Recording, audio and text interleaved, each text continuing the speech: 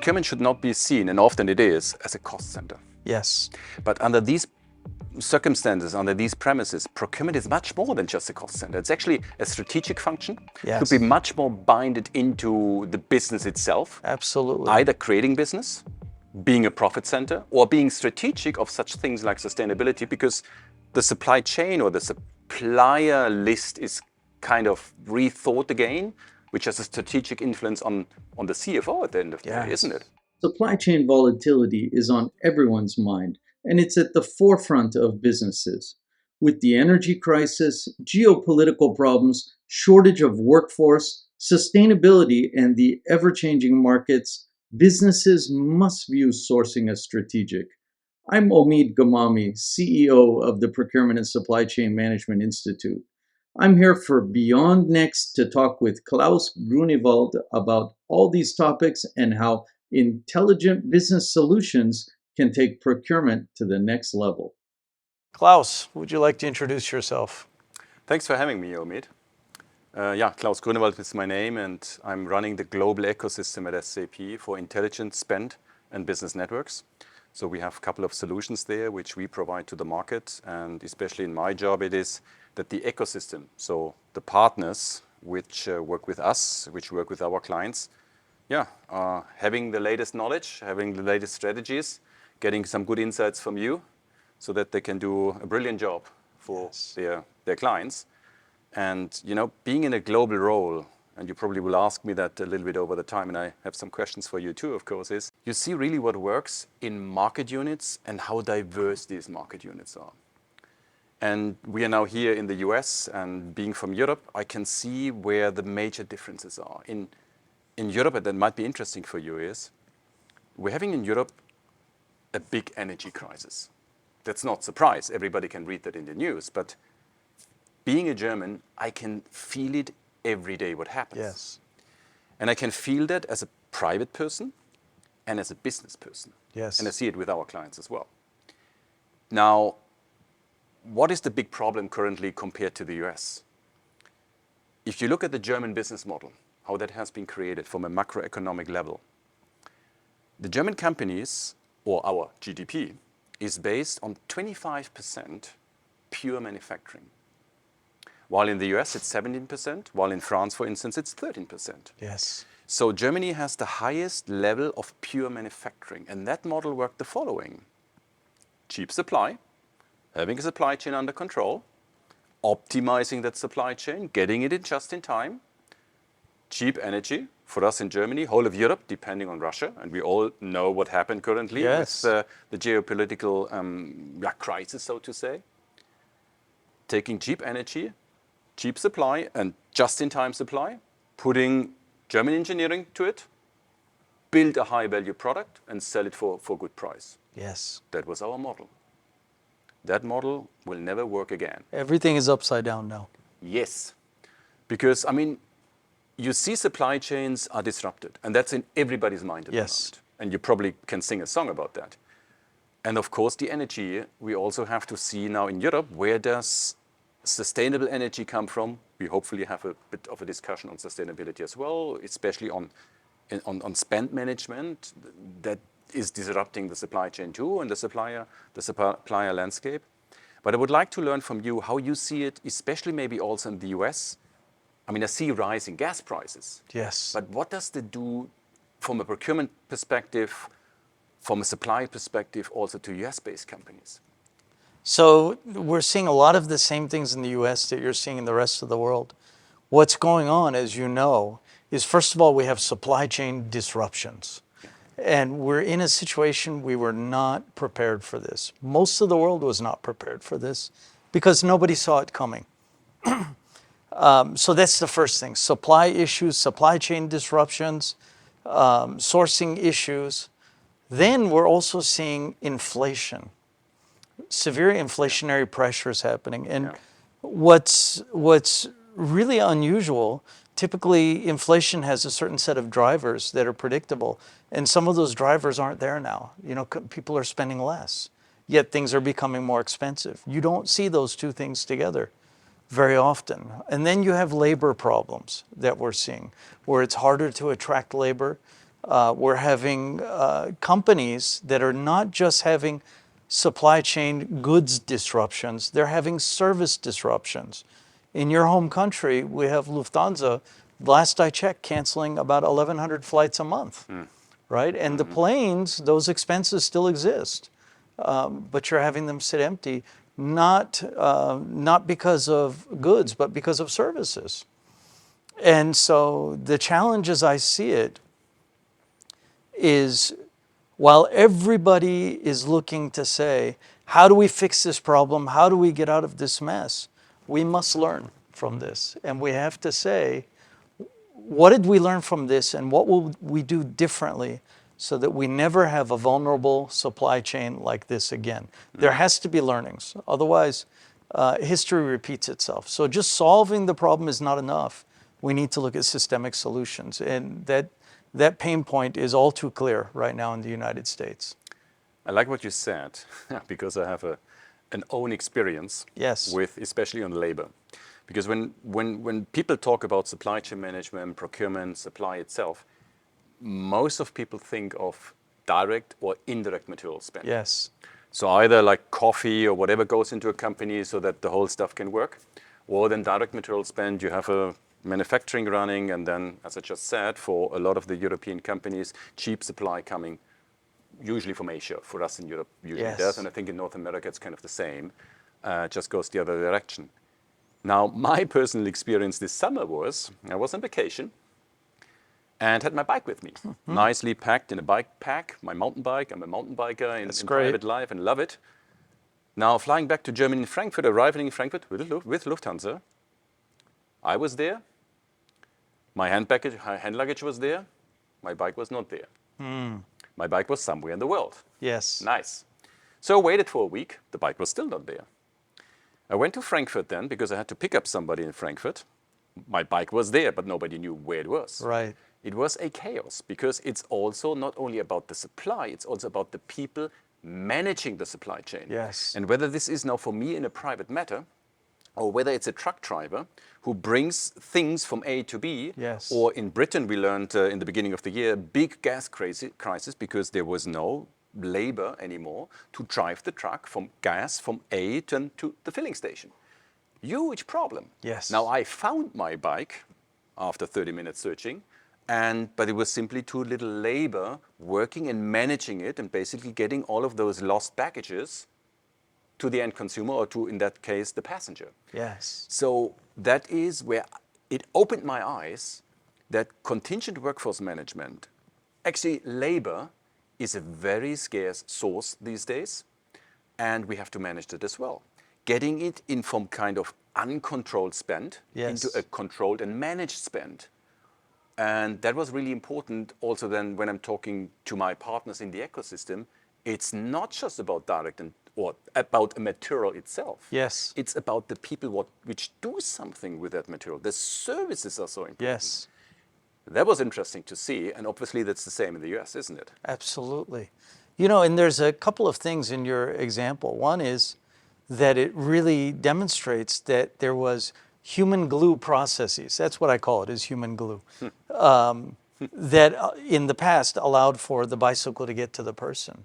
And what that indicates is there was not a system-based method to know where it was. And we should be able to have our systems set up such that they are not dependent on human glue.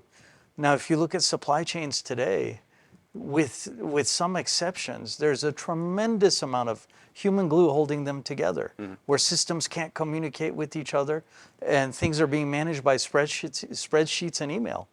And your bicycle becomes inventory at becomes some other products that are inventory locked up someplace. We don't know where it is. It's in transit.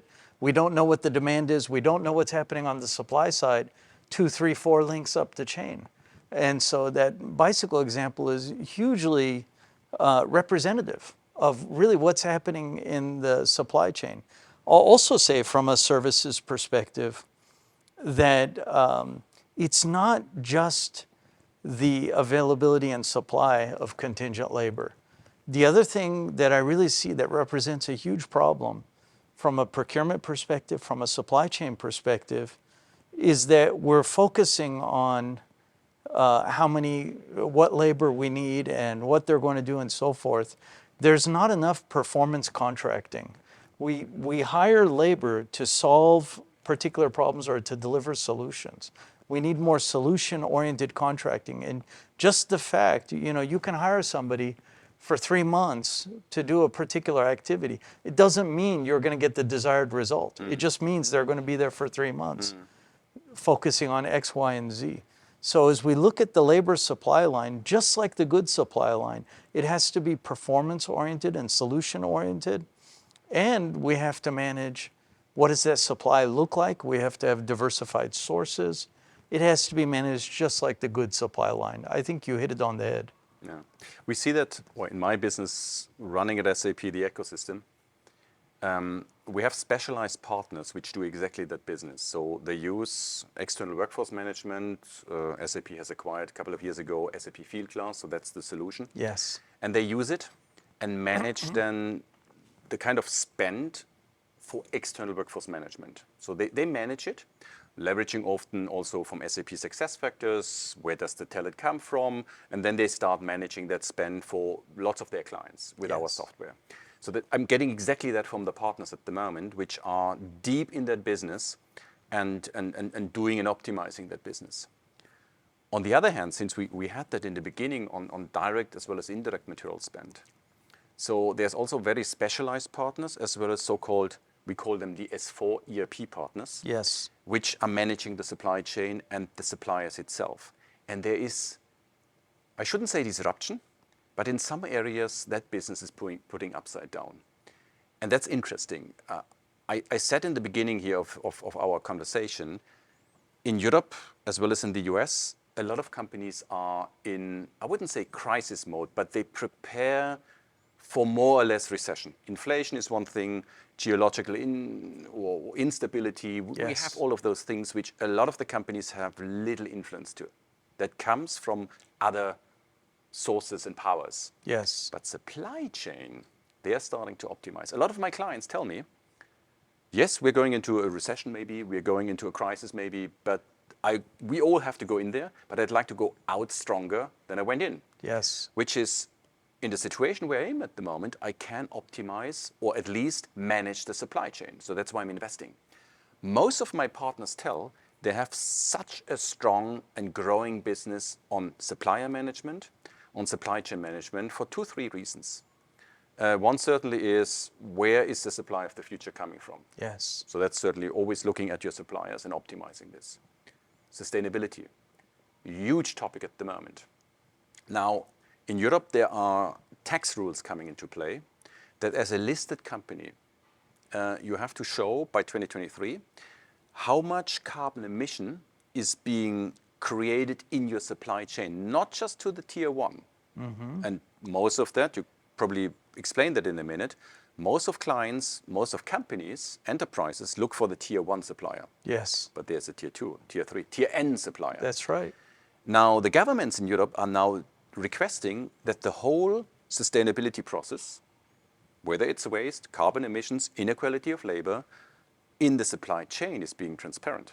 Yes. That's a huge mission. Now, all of a sudden, a chief purchasing officer must make new strategic decisions because they're confronted with a problem. I had cheap supply from, let's say, Southeast Asia. Yes. But it comes in the future with a huge sustainability, meaning carbon footprint, because the supply needs, or the product needs to come from Southeast Asia or wherever in Asia to Europe, to the US. There's a huge transportation in between. That's right. Whatever that is, ship, train, air, whatever it is. And that's a cost. So in future for that carbon emission, there will be a tax added to that carbon emissions spent, so to say. Now, being a chief purchasing officer, and there I would like to, your advice maybe from a strategic point of view is, do I now look and still work with a supplier which is far away because the labor is cheap and therefore the product cost is cheap, but it adds a tax on carbon emissions? Or do I choose a supplier which is close by, where probably the labor cost is higher in the US or in Europe, but therefore my carbon emission tax is much lower? Yes. So what should I do? Okay, so Here's the thing. What you just explained is the new normal that we're going to be experiencing. This is going to be standardized, and there's no getting away from it, and it's the right thing to do. The concept of obligations to society, to the environment, stockholders are going to demand this. Government agencies are going to demand this. It'll be baked into requirements for trade. Major consuming companies will make this a part of their requirements. And the only way you can really drive this is you must have a glass pipeline of information that runs from the beginning of the supply chain to the end. That glass pipeline has to contain information about environment, about sustainability, and these sort of things. Using technologies like blockchain, this can be tracked. And you look at if somebody gets E. coli from lettuce that was purchased at Walmart, Walmart will know exactly where that lettuce was sourced from. And it's because they have that glass pipeline. That glass pipeline must be applied to sustainability endeavors and to endeavors related to the environment and small businesses and everything else that we care about to run a productive and healthy society. The nature of total cost, the definition of total cost is going to get redefined because this will become a factor that comes to play into that. And we need to look at carbon emissions are a part of total cost. It's total cost not just to you, but to society, to the world that we live in. These are all going to become criteria. It's not something that's optional or something we should consider as an endeavor. We have to embrace it now because this is the new normal that all of us need to undertake. And absolutely, we need to take into consideration that just getting acquisition cost very low from a low-cost geography very far away isn't a strong enough consideration. Once you factor in the ESG, sort of the environmental and the societal and sustainability, then you create a different equation. The procurement criteria becomes different, the total cost criteria becomes different, and the commercial criteria become different. Which means, I read a line the other day from you, which is, procurement should not be seen, and often it is, as a cost center. Yes. But under these circumstances, under these premises, procurement is much more than just a cost center. It's actually a strategic function. Yes. Should be much more binded into the business itself. Absolutely. Either creating business, being a profit center, or being strategic of such things like sustainability, because the supply chain or the supplier list is kind of rethought again, which has a strategic influence on the CFO at the end of the day, isn't it? Absolutely. So the challenge that I see working with Fortune 100 companies regularly is that procurement, even in the biggest companies, and in fact, the more profitable the company, sometimes procurement is more viewed this way because they need them less to really make a difference. Procurement is often viewed as a cost center, like payroll, like accounting, like, and so forth. A necessary evil, a necessary function, something we need to get product out the door. Procurement should be and be perceived and be funded as a value-added center of profit. And one of the number one ways you can tell right away is if a company recognizes that is A, do they have a chief procurement officer? B, who does that person report to? If they report to the CFO or if they report to manufacturing, I've even seen chief procurement officer reporting into HR. And I asked the company, how do you have it reporting into HR? They said, well, HR buys people. They should buy everything else too. In order to make this shift, and now is the time. We have an unfortunate opportunity. It's unfortunate in that, it would be better if we didn't have a pandemic, but it has created an opportunity. We have to take advantage of this. Supply chain is now center stage. It's now center stage. Procurement and the supply chain management organizations have to step up to the bar. And I will repeat that we need to look at systemic actions. You can think about what happened kind of like a heart attack. If you had a heart attack, it's not enough just to focus on how will I live through this? I hope I don't. Yeah, I hope you don't too. But you're certainly going to say, how am I going to exercise differently? How will I eat differently? How will I drive a complete change that will prevent this from ever happening get it, again? This supply chain incident that we've had has to be the same. Procurement, it will be far too easy for us to just focus on resolving the immediate issue at hand, the heart attack, and getting back, off of life support. That's not enough. That will be a failure. And we have an opportunity to take this visibility and to really establish ourselves as being a function that's critical to the corporation. And I'll tell you this, you just have to look at the profitability of each company. Let's say a company makes 20% net profit. The sales organization has to then sell $5, let's say, to develop $1 of profit. Yeah. Procurement just has to save $1 to put $1 of profit to the bottom line. They have a 5x contribution in that scenario. And most companies don't have 20% net profit. It's usually less. So we have to take advantage of this opportunity. You know what? I'm running the ecosystem, and that's what most of our partners telling us at the moment. Whether they are in sales, so they sell the product for SAP, whether they are in services, so they implement the product, plus then of course usually their own solutions, or it's a network and content partner, or even where usually larger partners of us are starting with is the strategic consulting. So anything which you just said, they are sitting with you basically in the boat and trying to not convince, but trying to optimize procurement in given organization that it plays a larger role. It's a more strategic role, and it's not just an operation which spends money. Yes. And the majority of my partners, I'm just coming out of a partner advisory board last week, and we had a huge conference in Dallas. They're telling us that story.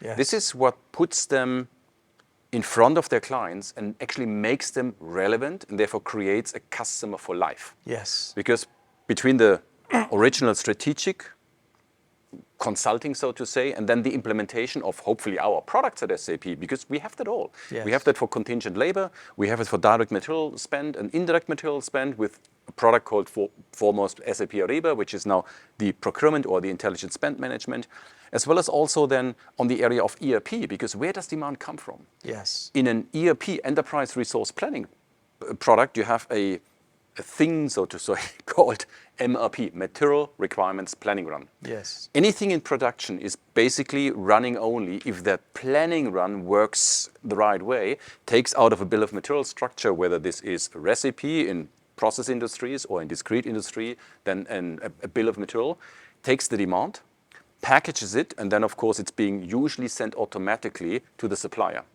Now the thing is, those suppliers in the supply chain, what would you say? Because I think 80% of those suppliers are small and medium-sized companies, isn't it? For the most part, yes. A lot of them. And most of us are concentrating on the large enterprises, Yes. so where the manufacturing is happening. But the real potential is with mid-market. Yes. Yes, it's absolutely true. And so if you look at the supply base for indirect materials, it's typically tremendously large. In my experience, about 5% of the suppliers, and as low as 1%, between 1 and 5%, are getting around 90% of the business. Even still, that's a huge list. Whereas in direct materials, you don't tend to have that very long distribution of suppliers. But you're right. It's comprised many times of, and even if you're working with the big companies, that's tier 1. You go to tier 2, there's going to be small and medium-sized companies. I agree. This presents the challenge of how do you establish this intelligent-based system going up the supply chain when some of the players, really may not be up for it and may not be able to make those investments. And how do you do that? And who we need to learn from is the Japanese. The Japanese have solved this problem really well. How did they do it? Well, the number one thing is, from my perspective, is that they believe in lifelong agreements. And so when you have a lifelong partnership, then you're not afraid to build your supply right next to your customer. And you're also willing to invest for them. And they're willing to invest for you. And so you can establish and invest in XML standards to ensure that they're all aligned across the supply chain. You can establish more on-time, real-time delivery of inventory and inventory-less models, and you can do all sorts of things where everyone's connected. I like that because it comes to that collaborative aspect Yes. between the buyer and the supplier. So it's not just a negotiation about prices and quality and just-in-time delivery. It's more also exchanging data of that demand so that both parties, actually the whole chain, can react, that you don't then have a bullwhip effect in the Yes. supply chain because they know what's going on. So the trust is built between buyer and supplier. Yes. They exchange data, digitization, big thing. I tell you what, we have all of those solutions. Yes. Digital supply network for supply chain collaboration. One of the biggest growth areas this year and last year for SAP. Great thing. Does that mean that every company has it? Of course not. No. Of course not. But we see that companies more and more understand that it's not just I press the best price out of my supplier. No, it's more like I understand if I give you something, you give me something, and it's data. Yes. So that the new currency is data. Instead of just having a low price and driving my profitability out of that, which comes to the discussion which we just had, is procurement just a cost center? No. Right. Because then you come more into the profitability center. If you have that collaboration, if you exchange data, and we are happy to give those products and our partners even more, and then you have a data exchange which optimizes a supply chain and builds trust in the supply chain. I Yes. really love what you're saying here. I would love to have more partners as well as customers going that route. So I can tell you the cancer in our profession, or perhaps one of them, is that we've been taught that the money that you should go after is in negotiations with suppliers, and that it's a parasitic gain. In other words, we seek to gain, but in order for us to gain, the supplier must lose, right? It's parasitic. And if we achieve 10, 15, 20% savings, we throw our arms in the air. But in fact, it's absolutely not where the money is. Now, should we continue to negotiate with suppliers? Of course. We always want to reduce cost and total cost. But the money is in the supply chain, and the money is in product design and service design. It's in those two areas. So the inventory that's clogged up in the supply chain, obsolete inventory, the reactive production, and all of these things, in the ideal theoretical model, the person who's selling wooden furniture that sales info is going to the people who are cutting down the trees. In a perfect world. But absent that glass pipeline, then you are relegated to lack of information, lack of digitization. You're working with whom? You're just working with tier one suppliers, and you are left with no other cost options other than to engage in parasitic negotiations. And that is just a drop in the bucket of where the real money is. Not to mention that engaging suppliers in product design and service design, in my experience, provides dramatic breakthroughs. Oftentimes an average of about 18%, and I've seen up to 97%, because the demand is being structured incorrectly for the desired outcomes they're trying to achieve. And suppliers are much smarter about this than we are because they do this for a living.